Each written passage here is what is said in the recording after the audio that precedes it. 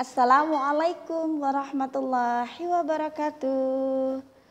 Selamat pagi anak-anakku semua. Bagaimana kabar kalian pagi hari ini? Alhamdulillah, luar biasa. Pasti bisa. Allahu Akbar. Bertemu lagi dengan Ibu dalam pembelajaran tematik. Materi kita pada pagi hari ini masih berada di tema 5F, subtema 3, pembelajaran 3 dan 4. Sebelum kita mulai pembelajaran kita pada pagi hari ini, terlebih dahulu kita membaca doa sebelum belajar. Bismillahirrahmanirrahim. Rabbi zidni ilman warzuqni fahman. Semoga pembelajaran kita pada pagi hari ini dimudahkan dan dilancarkan oleh Allah Subhanahu wa Ta'ala. Nah, baiklah anak-anakku pejuang ilmu yang tangguh, anak soleh-solehah kelas 5A, 5B, dan 5C. Tujuan pembelajaran kita pada pagi hari ini yaitu agar kalian mampu memahami tentang cara membuat ringkasan pada sebuah teks eksplanasi. Kemudian mampu membuat ringkasan sebuah teks eksplanasi dengan bahasa kalian sendiri. Kemudian mampu menjelaskan akibat tidak melaksanakan kewajiban. Dapat mengidentifikasi penerapan tanggung jawab dalam kehidupan sehari-hari. Kemudian yang terakhir, agar supaya kalian dapat memahami aktivitas masyarakat dalam upaya pembangunan ekonomi, sosial, dan budaya. Yuk kita simak materi kita pada pagi hari ini. Yang pertama yaitu muatan bahasa Indonesia. Membuat ringkasan dari teks eksplanasi. Cara meringkas teks eksplanasi, yang pertama membaca dan memahami naskah aslinya. Tentukan gagasan utama pada setiap paragrafnya. Kemudian tuliskan gagasan utama dan kembangkan menggunakan bahasa sendiri dengan menggunakan kalimat efektif atau yang sesuai dengan kaidah bahasa atau menggunakan bahasa baku. Kemudian yang keempat, baca kembali ringkasan yang sudah dibuat agar tidak terjadi kesalahan. Silahkan kalian buka buku tematik kalian, tema 5F halaman 88 sampai 89 dan bacalah teks keunikan batik lasem dan cara membuatnya. Tentunya kalian akan memahami bagaimana cara membuat batik. Prosesnya itu ada 5 proses. Yang pertama, membuat pola, mencanting, mewarna, pelodoran, dan penyelesaian.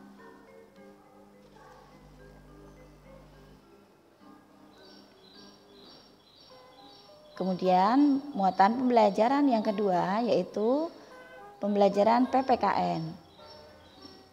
Menjelaskan akibat dari tidak menjalankan kewajiban. Apa saja akibat jika kita tidak menjalankan kewajiban? Yang pertama, kita tidak akan mendapatkan hak. Kemudian kewajiban kita akan semakin menumpuk. Yang ketiga, membuat seseorang menjadi tidak disiplin. Kemudian tidak dapat dipercaya oleh orang lain. Yang kelima, mendapat teguran. Dan yang keenam, merugikan diri sendiri. Nah, kaitannya dengan pembuatan batik tulis yaitu setiap pekerja itu memiliki kewajiban masing-masing. Dan mereka bekerja sesuai dengan bidangnya masing-masing. Bekerja dengan giat, bekerja dengan rajin. Nah, itu adalah merupakan tanggung jawab bagi pengrajin batik tulis. Agar supaya menghasilkan batik tulis yang berkualitas. Kemudian menjelaskan masalah sosial yang timbul akibat adanya penerapan tanggung jawab dalam masyarakat.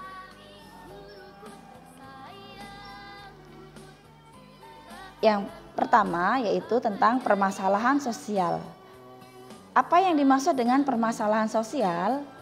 Permasalahan sosial adalah permasalahan yang timbul akibat adanya kegiatan dalam masyarakat.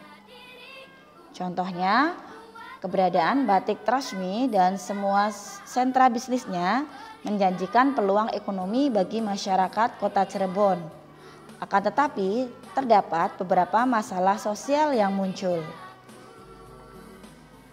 Nah, adapun masalah-masalah sosial tersebut diantaranya yang pertama,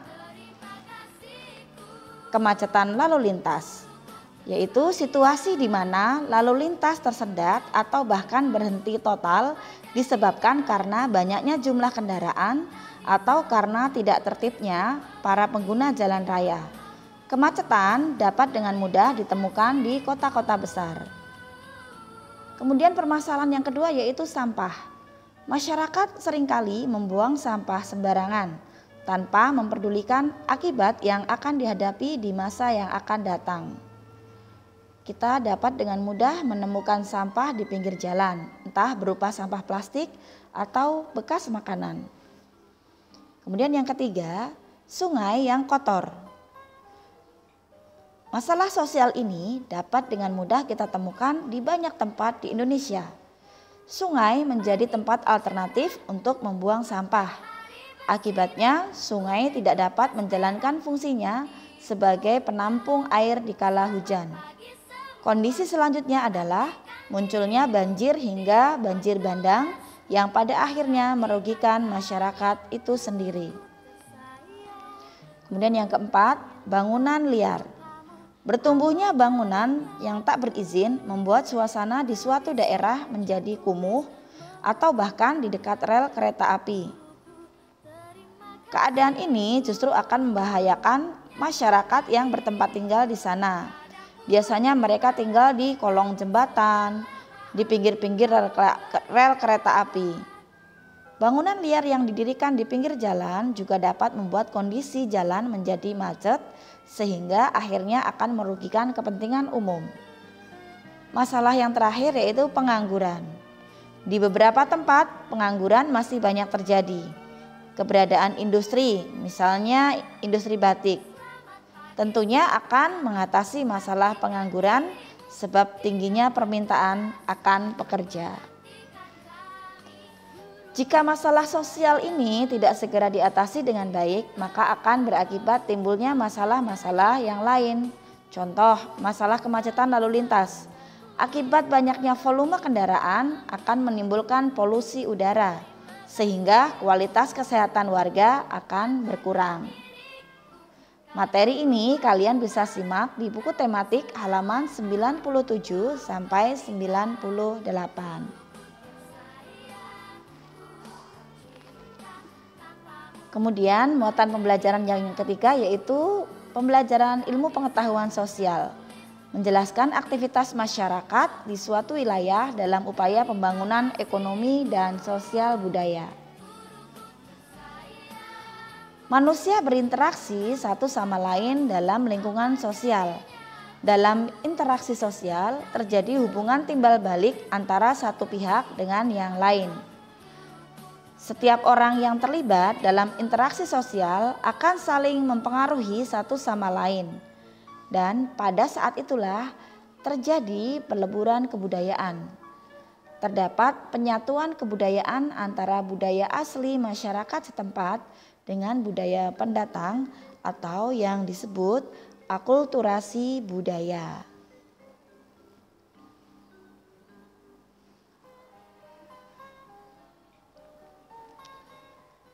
Upaya kegiatan pembangunan ekonomi dan sosial budaya. Organisasi pendidikan dan keilmuan dari Persatuan Bangsa-Bangsa atau PBB yaitu UNESCO secara resmi mengakui batik sebagai warisan budaya dunia. Kemudian pemerintah menetapkan tanggal 2 Oktober sebagai Hari Batik sejak tahun 2009. Contoh batik khas Indonesia salah satunya adalah batik Trusmi dari Cirebon dan batik Lasem. Batik lasem dirintis dan dikembangkan oleh masyarakat Tiongkok. Penggabungan motif dan warna terinspirasi dari budaya Tiongkok, yakni mereka suka sekali dengan warna merah, putih, biru, dan hijau. Kemudian motif yang digunakan biasanya motif burung hong, naga, dan kupu-kupu. Interaksi yang terjadi dengan pendatang betul-betul mewarnai pembangunan sosial, ekonomi, dan budaya masyarakat, yaitu terutama masyarakat Lasem. Apa saja pengaruh keberadaan industri batik Trusmi? Batik Trusmi merupakan batik khas daerah Cirebon yang berpusat di Desa Trusmi. Batik Cirebon ini memiliki batik khas pesisiran dengan keunikan motif dan warnanya. Batik Trusmi tidak hanya dipasarkan di wilayah Cirebon, melainkan juga di beberapa daerah bahkan sampai mancanegara. Keberadaan batik Trusmi kemudian mengangkat perekonomian masyarakat Cirebon dan sangat berpengaruh dengan perkembangan sosial budaya. Dampak positif lainnya, semakin terbukanya peluang kerja dan usaha di bidang batik.